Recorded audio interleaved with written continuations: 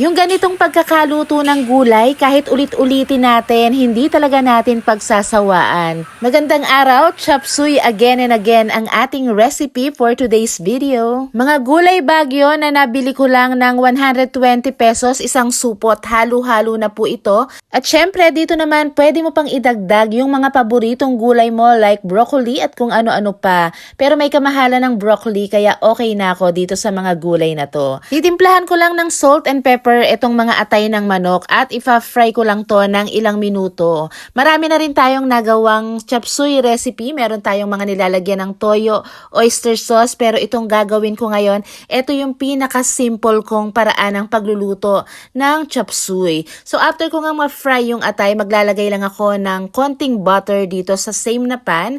Igigisa ko lang yung sibuyas at yung bawang. Baka nga pala hindi ka pa naka-like and follow sa ating page, paki-like and follow na po.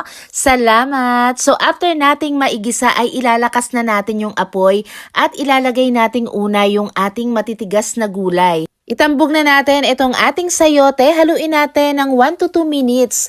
Then, isunod na natin itong ating carrots at green beans. So, dito po hindi na natin kailangang i-blanch pero mananatili pa rin may crisp bite itong ating gulay. Ilagay na rin natin itong ating mga pampalasa, salt, pepper at seasoning granules. Pwede rin po kayong mag-add ng kahit ano pang pampalasa ang gusto nyo. At again, dito po sa ating recipe, hindi po ako maglalagay ng soy sauce at oyster sauce. Bali, ito nga ay last year ko pa ini-upload at meron na tong total na 1.1 million views. Pero kailangan ko pong alisin dahil gumamit po ako rito ng tugtog na hindi po sa akin. Kailangan nga ay ingat-ingat talaga tayo para naman hindi masayang yung ating pinaghirapan.